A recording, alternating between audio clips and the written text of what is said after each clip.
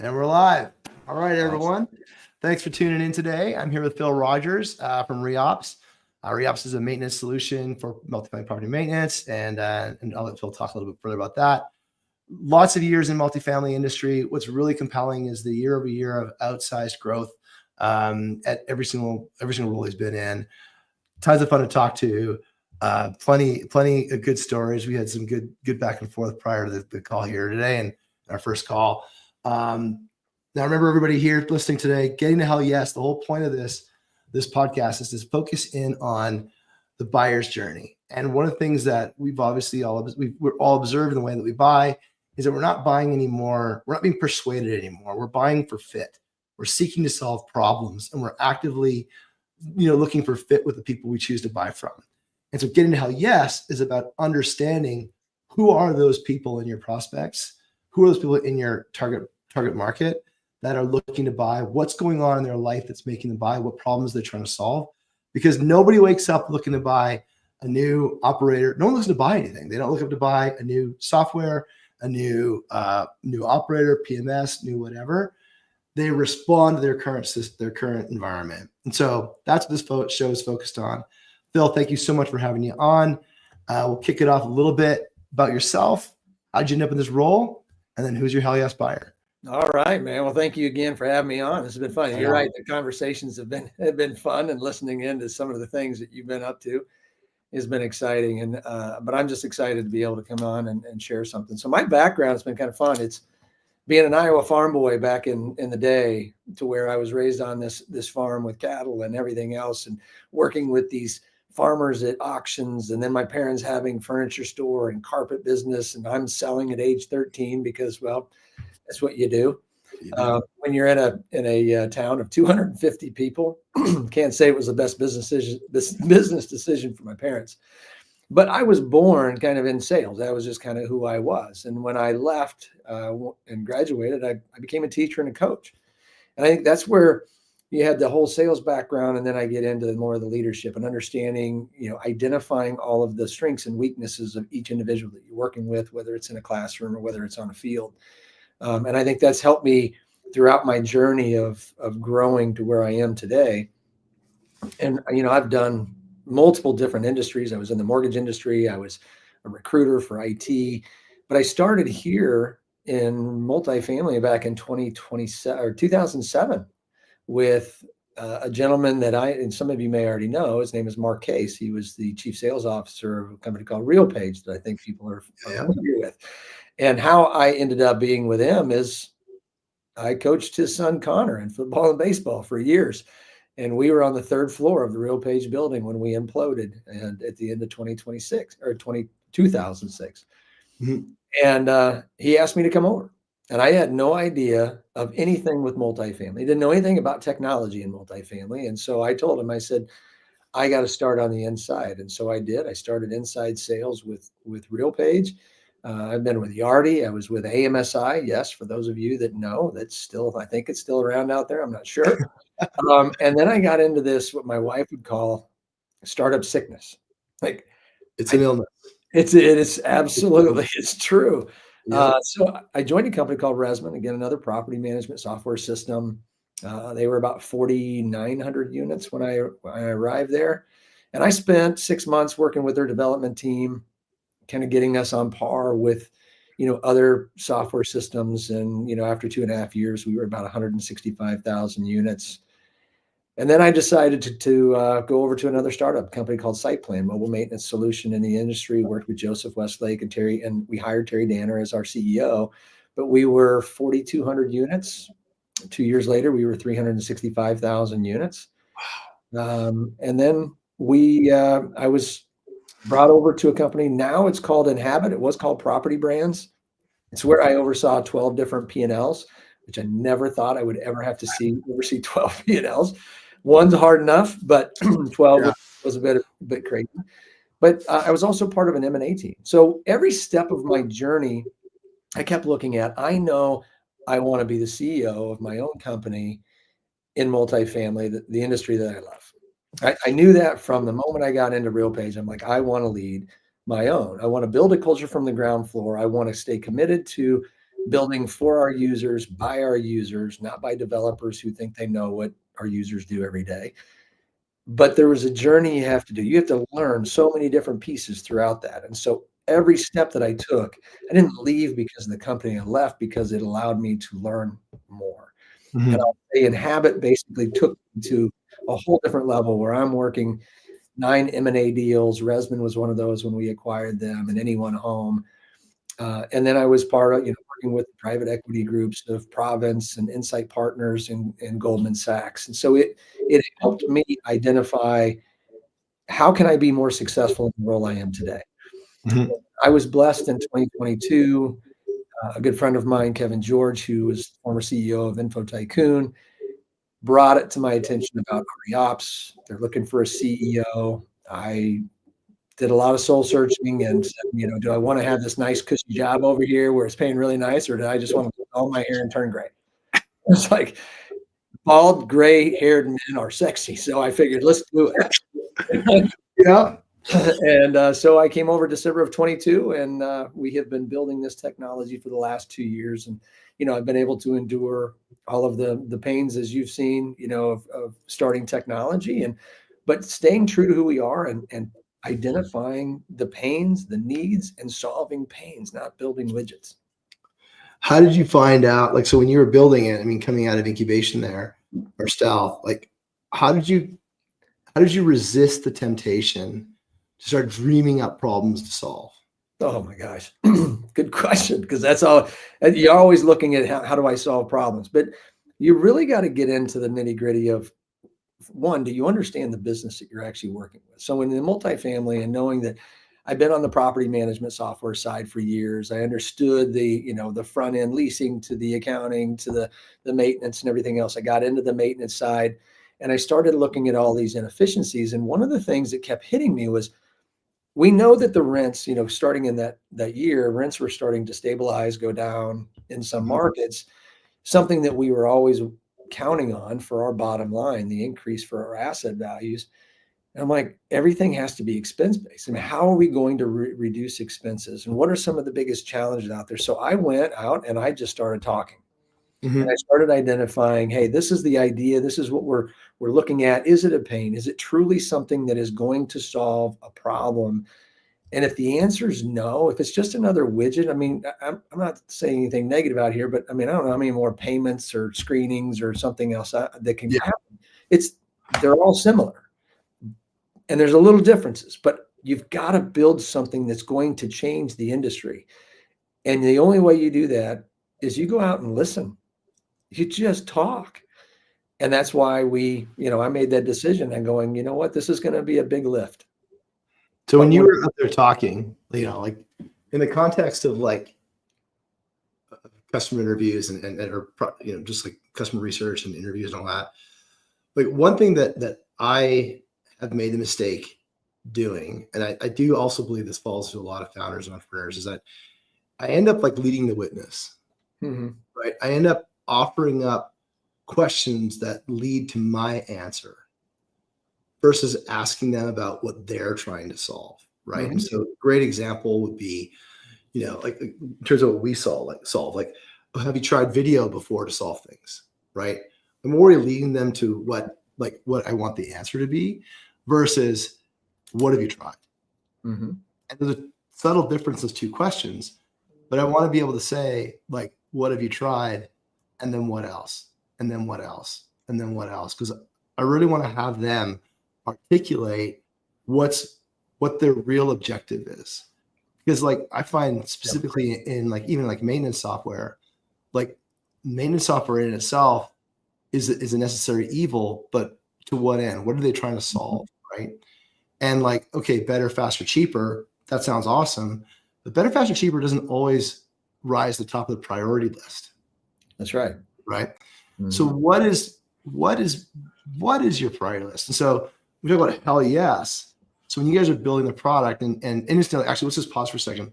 What is reops? What's the problem you solve? Yeah, that's the great question. So when we and I hate to use some of these terms, but the easiest terms that you're going to find out there. So when people are looking at so first of all, standardizing the products that are being purchased, the services that are being purchased at the properties, controlling it from corporate level down. So one of the biggest challenges that we see out there is lack of standardization that's coming from corporate down to the properties.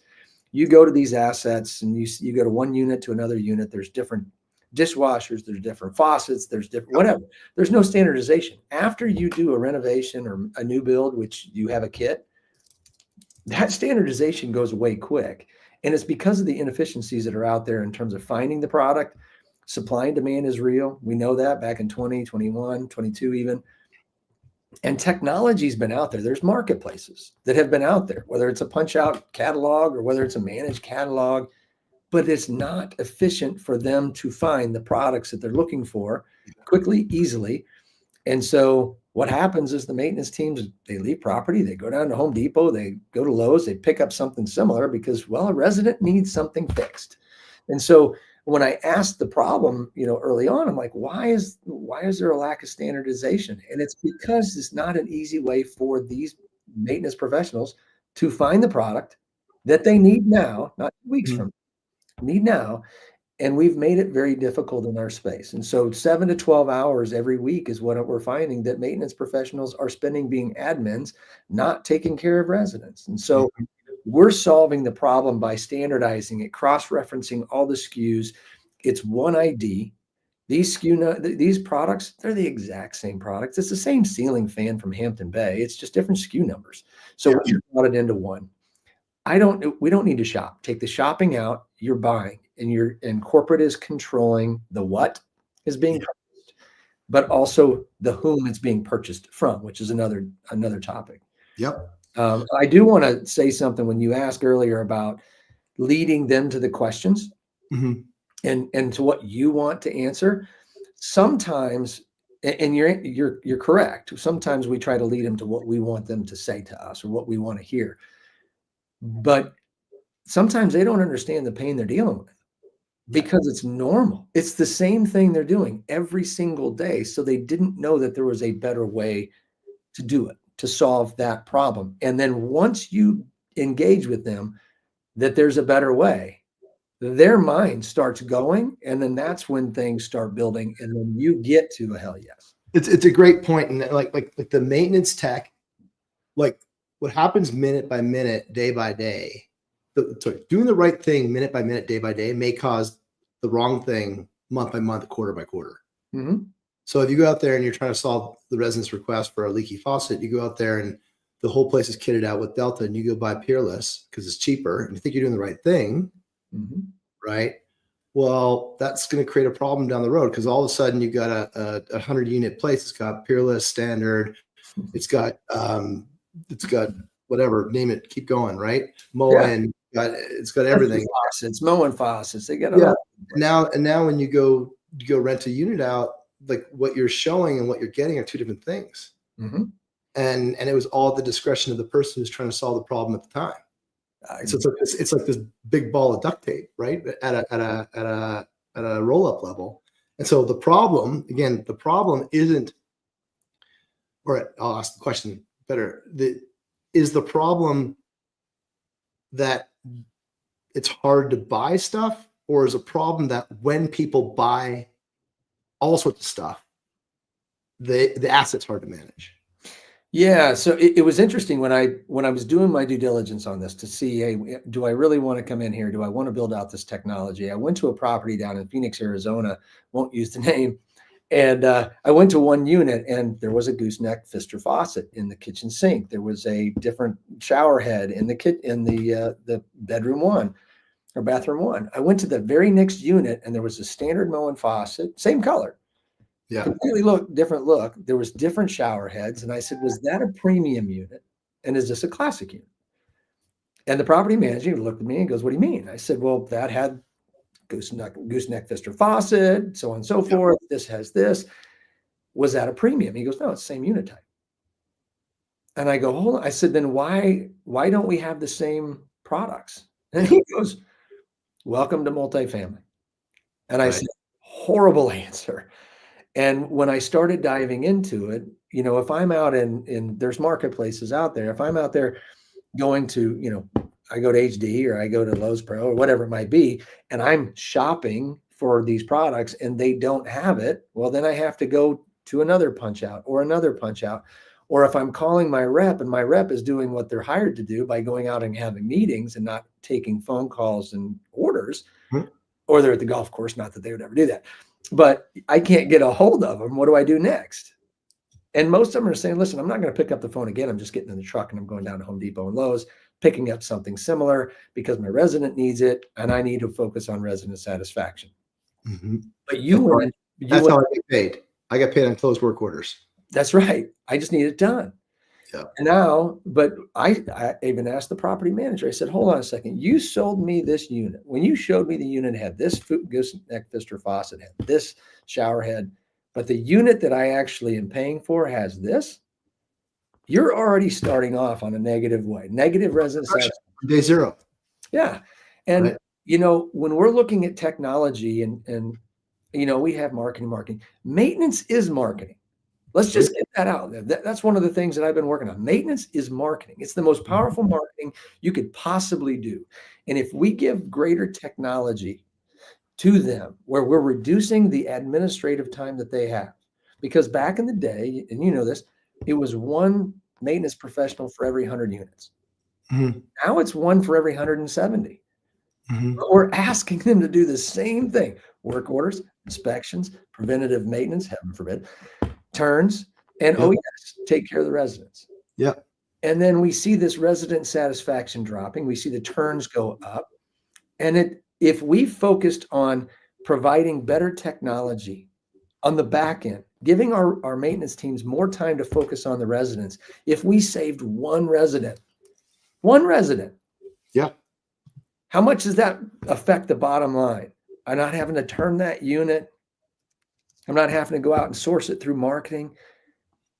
So those are the things that we look at is and my wife has asked me, what's your obsession with marketing? And I said, what do you mean? She goes, you're one of the worst handymen I've ever met in my entire life. I said, that's why we pay people to do that. There's handymen. Oh, come on. You're a farm boy, man. Like, I mean, I live in the plains. Like, you get a farm guy with a weld kit and duct tape, you can get yourself out of most jams. You put me on my ranch and you put me in front of my tractor, everything's good. You come in here and you want me to do something in the house, I got Co's handyman coming over. Fair enough.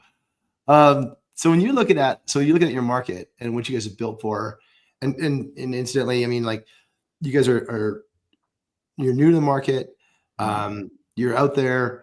People are looking to solve the problems. When someone has, like, again, on their end, on your buyer's end, they're looking to what are they Googling? And what are they Googling before they think of you? Like, well, how are they articulating the problem? And how do they type that into Google? That's one thing that I keep asking all the time is, am I looking at spend management? Right? Is that what I'm really looking at? And maintaining and controlling my spend from products and services? Is that what you would be Googling out there? Would you be Googling marketplaces and multifamily or real estate? Because, it is real estate operations, a marketplace that you're familiar with going out and buying products. Are you looking at, hey, I'm looking for a group purchasing system? All of these things are things that you could potentially say somebody is Googling for. Really, it's standardization of your spend down to products and services. So that's really if I was to go in and say, what am I going to Google out there? I would try to find something that is standardizing my products, my services, and allowing me to centralize maybe my maintenance operations, because we talk about centralization a lot. It's kind of like AI. What does it really mean? Yeah. I think it means something different to everybody. Yeah. And it's defining what that is. But if I'm going to centralize, the only way you centralize is standardizing. And so that's what I would say. If I was to try to Google, I want to standardize my products and services and control my spend. So in that, what's going to pop up? Right. And then what would they get today? Like, what did they get before you guys launched? What were the choices they'd have? So in today's world, there's old school. They're making calls to their service providers, right? It's all manual. Or they go online to a marketplace that has a punch out experience, which basically takes them to an HD Well, like a website. Ferguson kind of thing. Yeah, it goes to Ferguson, it goes to HD, Pro. Yeah. Chadwell, so, but it pops out to their website. So Yeah. it's their own website. They have thousands of products that they can shop. And if they can't find what they're looking for, then they have to go do it all over again. And if you're really looking at sourcing this and procuring it, right, because it's a procurement solution, really, at the end of the day, I have to go to multiple different pages just to see who has availability and who has best price. Or I go into another marketplace that has a managed catalog. That data could be up to 3 months old. Sure. They don't even know if it's available until after they order the products, and then they say, oh, it's on back order. Right. And so then they cancel it, they go back. That's what's out there today. There is nothing that is efficient that is bringing it in, and then none of those are mobile based. Yeah. If I'm walking a property, I'm walking a unit, why do I have to make notes on a piece of paper or make notes in my phone and go write it on a whiteboard for somebody else to go order? Why can't I just say, I need 2 of these, I need 1 of those? How much spend is rogue spend? So we used to call this rogue spend, right? I don't know if multifamily's got a word for it. It's called Maverick spending or rogue spending, and it wasn't cool like Maverick. The movie is like, it was bad. So rogue spend, Maverick spend versus managed spend. So how much out there is rogue spend right now? Like the way you explained it to me, and then like what we've heard is that it's really they literally like they plan for the Home Depot trip in their day, and so like they're just walking down the aisles and they're grabbing something off the shelf and they're walking out the contractor entrance, and that's it. Like they're not actually considering the overall managed portfolio. They've got no visibility into what vendors are buying from. They've got no visibility to what they're stock. They have no visibility to what's breaking down. That's right. Managed spend. That's sophisticated spend. And the people I've worked with in the past, there was people who were they were exclusively accountable for category management, right? That's right. But in multifamily, the person who's at the till is the tech who's just trying to get their job done. So what's that spend ratio? Great question, because it's something we talk about all the time. Like when, one of the questions that gets brought up to me is what's your objections that you get, right? And one of the big things that pops up is, are you integrated? Are you integrated? Are you integrated? Anybody in technology, they'll know right away. They're like, oh, well, do you integrate with? Do you integrate with? Yeah. And a lot of it's because you're looking at, do you have a purchase order? Like you were saying, controlling the spend, and the reason they use purchase orders, and it seems to be going away more and more, is they want to be able to have eyes on it first before somebody buys it. Okay, well, that's a good point. And then, of course, the budgetary aspect of it. But when I get into diving into it with the conversation, they start talking about offline orders, which is what we're talking about. Text POs, rogue spend. Yeah, they're offline orders. And I go, what do you mean? Well, they went down and they bought something, and then they go in and they create a PO. And I said, after the fact. So they're not asking for permission. They're asking, you're asking for forgiveness. Yeah, they're following the process. Yeah. Right. They're not doing it. So when I start digging into how much really is there, and of course, oh, not too much. And then when they dig into it, it's a significant amount of what they're doing. And every time that maintenance professional leaves property, and this is what we try to educate, is when they leave property, there's so many negative things that take place. One, your property's now at a financial risk. If they get in an accident, guess what? You're paying for it. They're on job, right? And it happens. And people, they're like, yep, I'm dealing with a $10,000 insurance claim right now because of it. Okay. That was an expensive toilet flapper, by the way. And then the other is, it's not a 15-minute trip. They got a lot of shiny things in there that they're looking for, what I'm going to buy for this next weekend. I'm an hour. So that's an hour taken away from work orders, inspections, preventative maintenance, and again, resident satisfaction.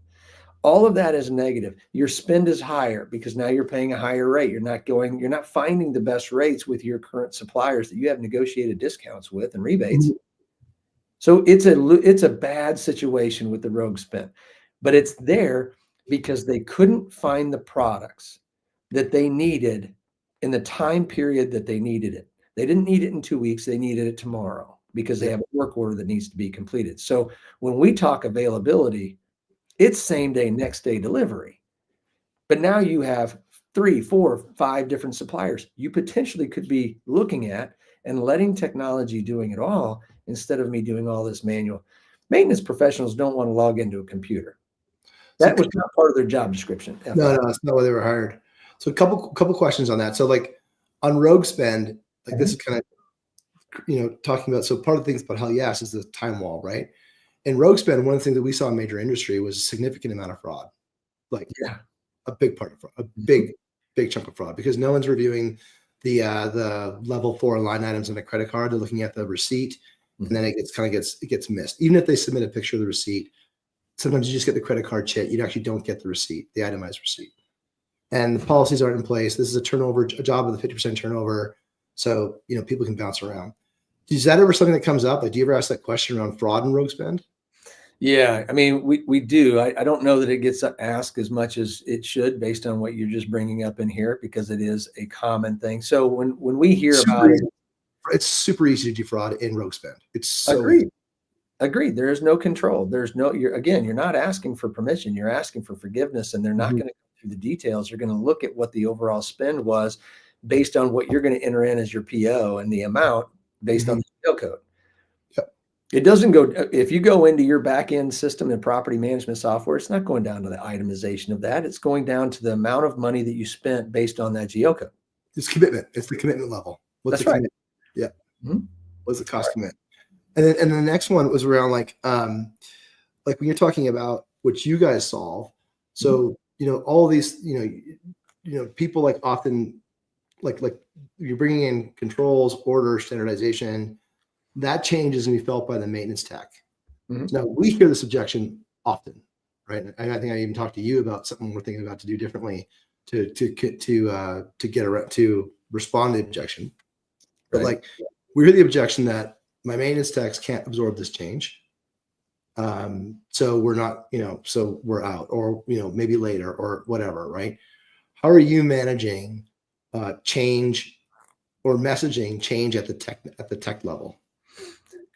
Good question. So back in when I was at Site Plan, right, which was mobile maintenance, and it was really Site Plan, I'd say it was we paved the way, because back then there was no bring your own device policy. People are still trying to figure out. Maintenance was like, I'm not going to use my personal phone for this. Yeah, for carbon copies and stuff. Right. They're like, nope, not going to do that. You're going to pay for a device. And so then they started bringing devices, and they're like, I don't want to carry 2 devices. I already got this.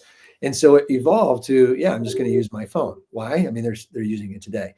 So I think we're in a different position today than we were back in 2015, 16, 17. We've paved the way with technology from maintenance. What we talk about is we're not changing your processes, right? And that's one of the biggest things for any technology that comes out. And as property management professionals, they look at, how do you disrupt my properties less, right? And so I don't want disruption. And so for us, we're like, are you ordering products today? Yes. Are you ordering services today? Are you ordering landscaping, plumbing, electricians, painters? Yes. Okay. You're doing the exact, so we're not going to change what you're doing. You're going to continue to order products and services. We're just going to make it a heck of a lot easier for you to do that and come and corporate control it. So I don't have to shop. I don't have to search from all these things. I'm just saying, I need 1 of these. I need 2 of these. I need 3 of these. Take the thinking out. So we're not changing their processes. And anybody that brings technology to the forefront needs to understand, the more times that we change the property's experiences and changing how they do their business, the more pushback we're going to get. Right? Do you find like in terms of the standardization and so then kind of like reverting back to like the current state of how things are done, many places have a little shop or an inventory cubby inside the building. So they're trying, and maybe that's the other thing you're trying to standardize by having an inventory cubby in your basement or your parking garage or wherever they keep them. But like, what's going wrong? Why isn't that working? Well, let's go back to the lack of standardization. So if you go into, just think, we have one property that had 8 different dishwashers on one property. different manufacturers, different dishwashers. And I said, how do you maintain inventory? Yeah. Like, we don't, right? So any parts of those, you're not maintaining inventory, which is one of your biggest challenges. So when you get it, like in our system, you have an approved product catalog for that product. You can't buy anything else, right? So it is being controlled from corporate or admin down to the property, and we are going to maintain standardization. So now you can have what we would consider an inventory in your maintenance shops. Most maintenance shops, not all of them, but most maintenance shops look worse than my garage, and that's yeah, they're bad, and my garage is bad too. That says a lot. But and we all laugh, even the sites laugh. But it is what it is. Like, they don't. Well, it's more like Stanford and Son than we'd like to admit. It is. You know what I mean? It is. Good job. But for us, it's how do you maintain it? How do you maintain an inventory? Give them standardization. Get them into where they can have a maintenance shop. And if you go into maintenance shops today, you see a corner over here of stuff that's in boxes. Yeah. Why? Because they ordered the wrong products or got wrong products delivered.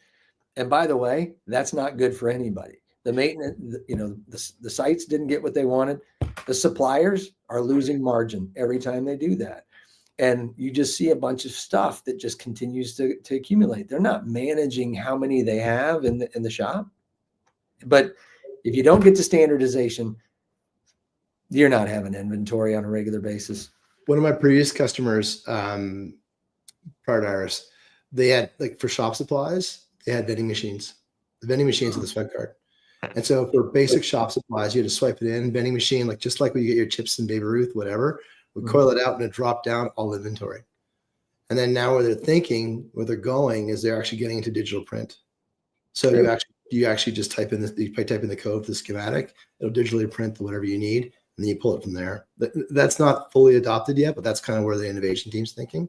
These places are remote. They're, hard. I mean, there's a lot of metaphors, right? Like they're remote, they're hard to staff, a lot of turnover in staff, a lot of contractors, a lot of third party. Sounds familiar? Yeah. Right. A lot of spend, and parts are expensive. Right. And so that's one of the ways they were trying to standardize is the vending machines. That's where, when you get into inventory, people ask me, do you have inventory management? Right? Great term. Love it. Wish it was a magic wand that could do that. But at the end of the day, when you're relying on a human to go in and they take 4 of them out of this box and they say, oh, I need to make sure that I put in here that I took 4 out. I'm sorry. They don't have time. They're just taking 4. They're going to go fix a problem. Next thing you know. So until we can fix that problem, then it's not true inventory management. There are ways to make it better, but it's not a true humanless inventory management at this point. Yeah. And there is a law of decreasing returns. Like if you're tracking bolts and nuts and shop supplies, like that can be pretty expensive. It's funny, like sellers will often try and sell the wrong thing, right? We're solving the wrong problem. Like the cost management around shop supplies I rarely heard this as a problem. It's the availability of shop supplies. Right. We wanted to make sure that all of those valves, nuts, whatever, flanges, they're all there. And they want to make sure they're supplying them with the standard parts. So people aren't running into the HD and picking up the parts, right? If you're looking at like stuff like gaskets and whatever, it's not the cost. It's the fact you don't want the tech.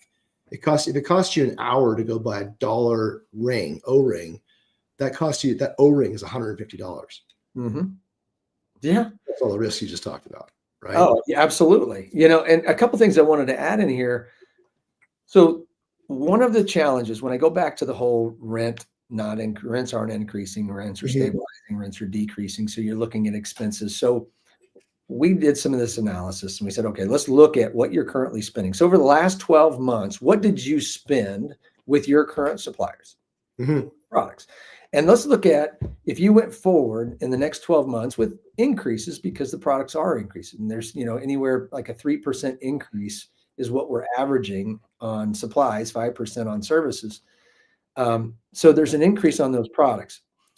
If you kept buying from the same company that you're buying from today, because it's quote the easy button, right? I'm just gonna order it from one. I got great rebates. Okay, well, what's the start rate that we're coming from? right? You might have a great discount, but what's the actual start rate? We did an analysis with a company, and there was three properties, 294 items were the Yeah. exact items across their three preferred suppliers. Yeah. If they would have used our system, which it wasn't ready, but if we would have been around for the last 12 months, we would have saved them $47,000. Now, with Yeah. cap rates being the way they are, it doesn't take a rock scientist to figure out how much we increase the asset values. Massive And value. Yeah. and people are like, well, I just feel stupid. I go, don't feel stupid. This is the way that we've been doing business. We don't have time to source all of these products, availability, pricing. Let technology do it for you. That was one of the big things. And then educating people on, listen, I know you've been ordering from these, but did you know Ferguson has the largest MRO catalog in the entire country? By the way, they're $29 billion. And yes, they've been known for this, but by the way, they're really good at some things. You might want to take a look at them. And they're like, I didn't know. We don't know what we don't know. And that's where we kind of came in and we said, if we're not affecting the bottom line in a positive way, we shouldn't be building technology. Do you have a different pitch, or like when you're looking at owners or do you sell to owners or operators? Like in your prospect list when you're going out there, there's obviously owner operators, which everyone loves to sell to the best, but like there's operators control the majority of the spend out there, and the owners are the ones that pay for most things, right? So when you look at your target market, who would you prefer to sell to, an owner and an operator? Like, how does that work? That's a really good question, because that's the one where I think people are like, oh, do you sell to your owners because the owners are going to see the value of this, but so do the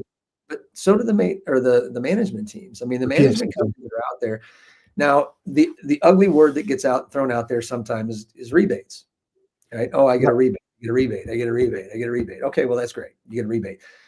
And then you have to maintain a certain amount of spend with that company. Well, from an owner's perspective, they're going to look at, hey, I just want my bottom line needs to be the best, right? So go find me the best price, make sure there's standardization. I don't care about rebates. But then there's the management company that utilizes that. There's a happy medium in between there. You can still get better pricing. You can still affect the bottom line using our technology by getting the same products, better price, but using it over your suppliers. Yeah. And you maintain the spend and still get your rebates. But the one thing that I've always asked people, I'm like, okay, so it's October. Where am I? Like, you show me a report right now, pull it to let me know how much spend I've actually spent with this supplier. Where am I? I'm supposed to hit 1.7 million. Where are you right now? They have no clue. So they rely on the supplier to tell them where they are at that time.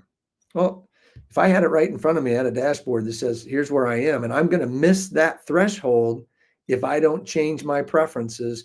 And in the background from corporate, I'm going to say, hey, I'm going to have this supplier as my preferred. We've got to maintain and hit that number. We don't know what we don't know. We just continue to do the same thing. One thing that, again, just going back to my days in industry, like one of the big things that we tracked through procurement and through catalogs was warranty. And so one of the things that was a big expense was, and it's a total brown dollar, like no one knew the dollar at all. How many things I was buying for things that are already in warranty. So you buy that faucet, maybe you blow it up, maybe you forget to install it, maybe it's just an open package, and then you go to you're just too busy no one returns anything. So that's just spend, and then you go buy it again, or it's installed and then it fails. You got 9 different dishwashers. That means you got 9 different warranty programs. Like, all of that's real money, right? And I don't know if it's nothing. No one's ever talked to me about that. We've seen it. I've seen it in major industry where we've saved millions and millions of dollars. When you roll it all up and you start doing warranty management, you see it in major equipment like your HVAC, your compressors, your boilers. They all got warranty programs on it. Curious if you get down to, have you heard that at all? Something people are trying to solve, like, or do they even know? Do they even know that's something that they're leaking on? Yeah. So assets is basically what we talk about, asset tracking and everything else, which is getting the warranties. So in the property management software systems out there, even back when we were doing with Resman and some of these others, there's an aspect of asset tracking, but it's all manual. right? So you have to actually physically go in and type in serial numbers and warranty information. And guess what? Nobody has time to do any of that. Then there was, even when we were site plan, we were trying to tackle assets. And I think it's a huge way. Right now, we should be focusing on how do we maintain that? Because if I have a warranty on a product, instead of my team going out and fixing that, or hiring a service provider to come in and fix that, that manufacturer should be coming in and they should be fixing it, not costing me anything.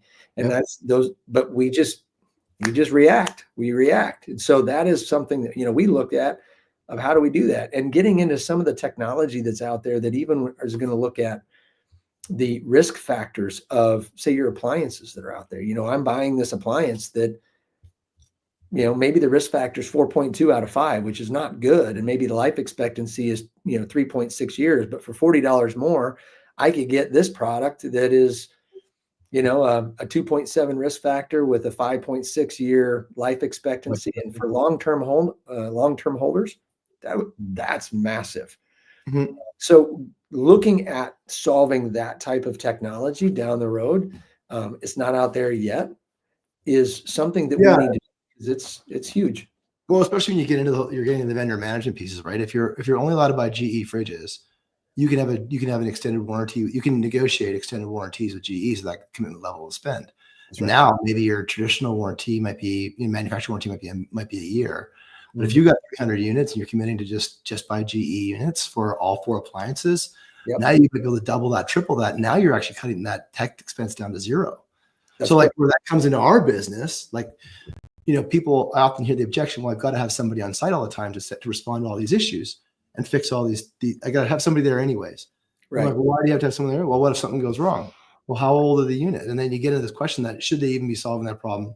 Should they even be spending that money anyways? And so there's just, the one thing I have observed is that the data is so loose at the building level that it's very difficult to manage, and the accountability for that quality of data, like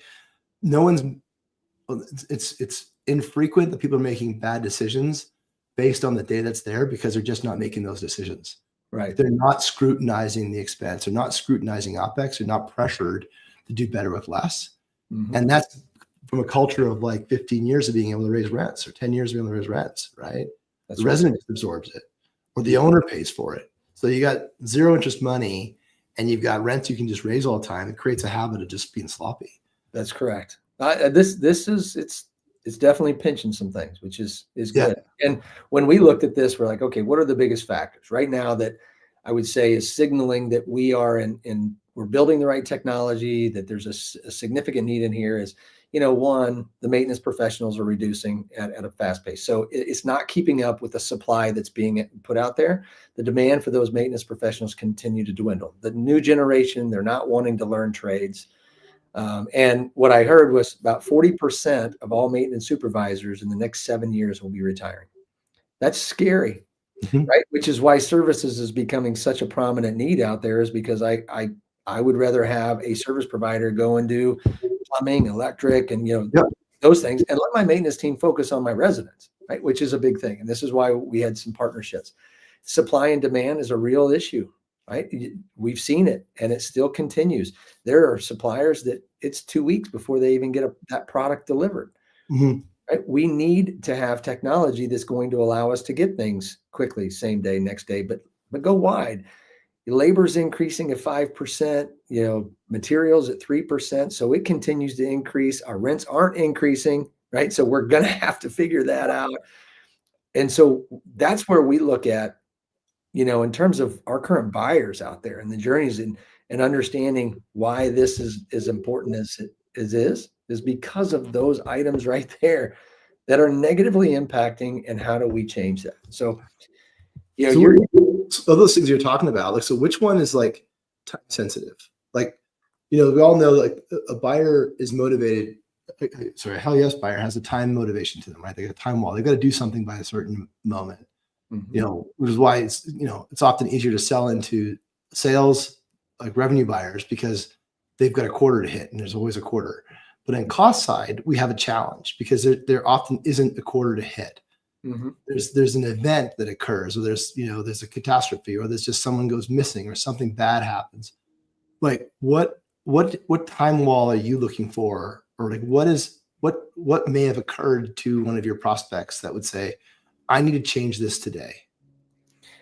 Well, so I would say their the increase of their asset values are not going like they were in the past because of Mhm. the changes in the market, right? Sure.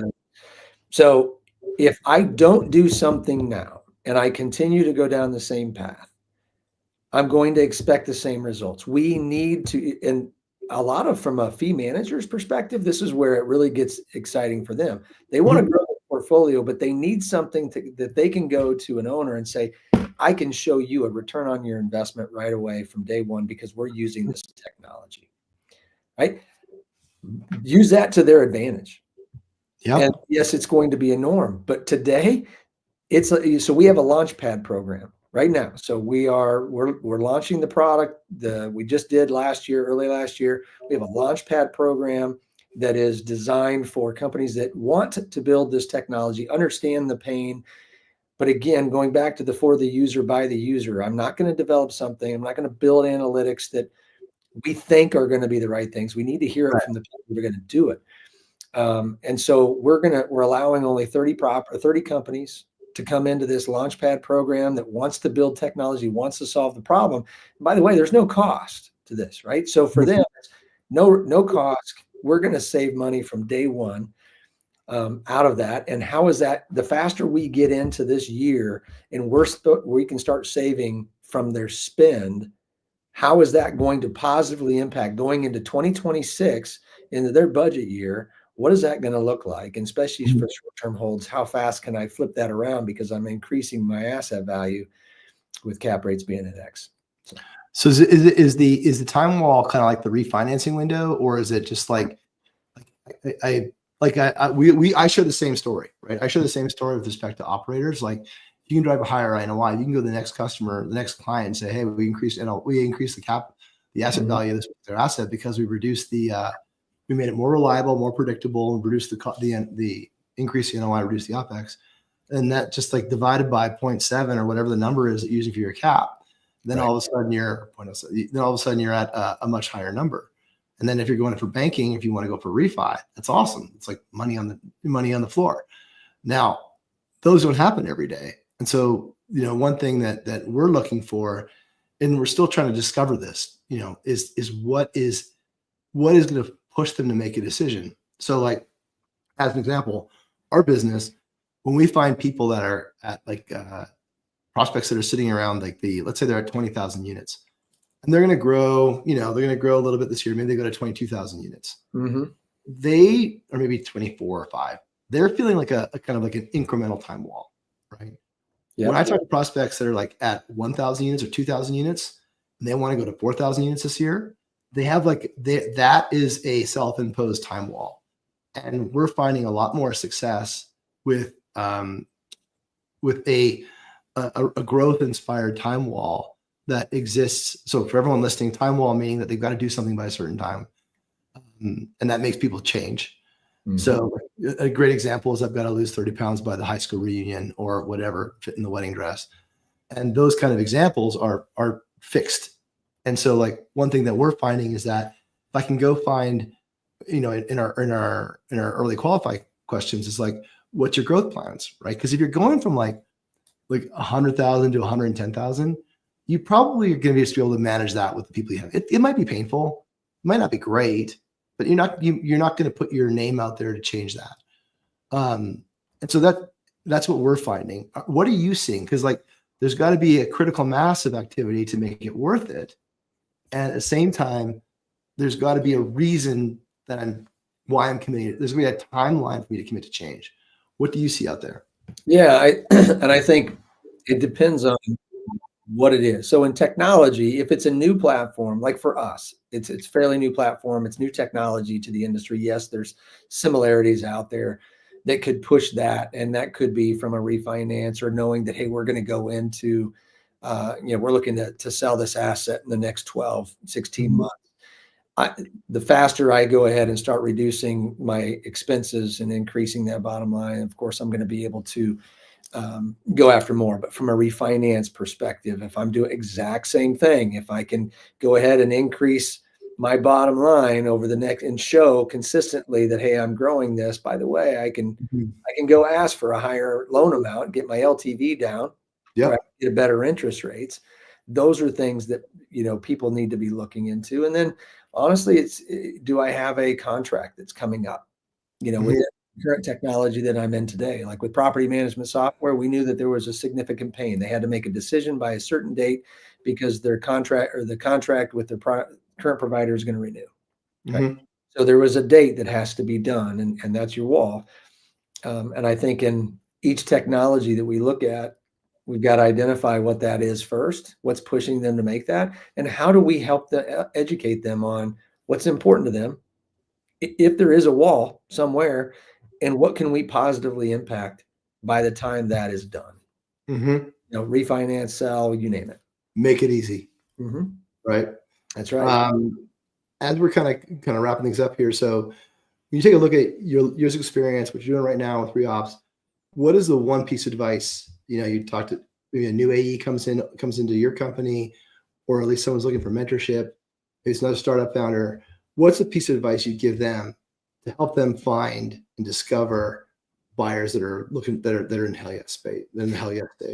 Yeah, I think it gets into you got to start building the questions of making sure you get yeses to get to hell yes, right? There's always this build up to yes, this is a problem. Yes, this is a problem. Then hell yes, we need to do this. Yeah. And discovery, but understanding. And there was a gentleman that I worked for back in the day, and he was tough. He was tough, but he kept coming in, and he would always say, "What's their desired business outcome, Phil?" And I'm like, "What?" He's like, "What's the DBO?" Like, what the heck is a DBO? Love it. Right? But each person within the organization has a purpose. Like, they want something out. If I'm going to make change, what's going to affect my life? Personal goals. Personal goals. That's right. So identifying who are the people that this is going to affect, bring them into it, and truly listen to the pains that they have. And when you're showing your technology and it solves a pain, and they have a desired business outcome, CFO, operations, a property manager, regional manager, head of maintenance, everybody has something different. And you need to identify what's important to them. And talk to them directly about that and make it clear, not just come in. I used to say it, the show up and throw up mentality, right? Yeah. Look how wonderful my technology is. And right. And by the way, we don't use POs. So thanks for wasting 15 minutes of my time showing me POs. But truly finding that, doing the discovery, getting the yeses to the point where it does become a hell yes. I have to have this. Gotcha. So do the discovery, listen, right? Make sure you build up. So what I've heard from you is it's not just the discovery piece. It's get out there and listen with intent to listen versus listen with intent to talk. That's so hard to say to founders.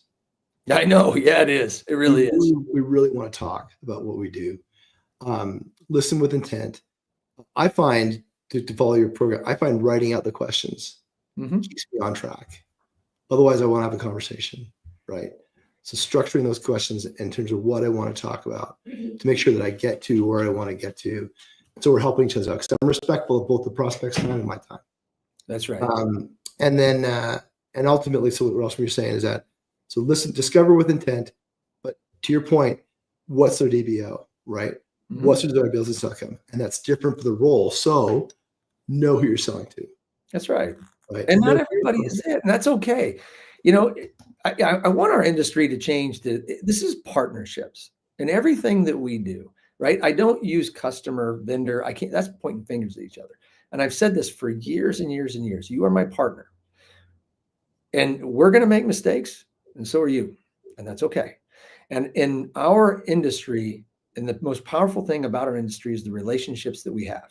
I've never had an industry that has the relationships that we have. And there are people that I have worked with that are personal friends of mine. And I never go to the intention that I'm selling them anything. I want them to help me understand and help me build something. But there's times where it's like, when I was selling Resman, And I had a good friend of mine, Mark Julien, I'll say it right now. He told me, he's like, hey, we're using one side. No, I have no interest. I'm like, I'm not here. We're just going to have talk about family and everything else. And I said, don't worry about it. I'm not here for that. 2 years later, he calls me up and he says, hey, I think we need to talk about Resman.